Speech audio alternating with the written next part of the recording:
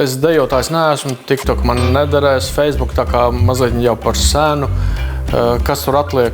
Tikai Instagram? Es jau liktu YouTube kaut ko droši vien. Twitterī vienmēr jāatrod kopīgs ienaidnieks. Instagramā tev ir visu laiku jāprezentē savu dzīvi, tu esi vislabākais, visveiksmīgākais. Facebookā tur darētu tādas problēmas sabiedrībā. Par maz miskas tas valdība ir vainīga un sazvērstības teorijas.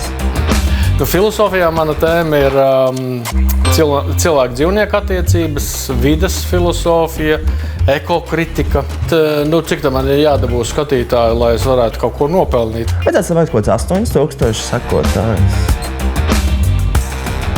Okay.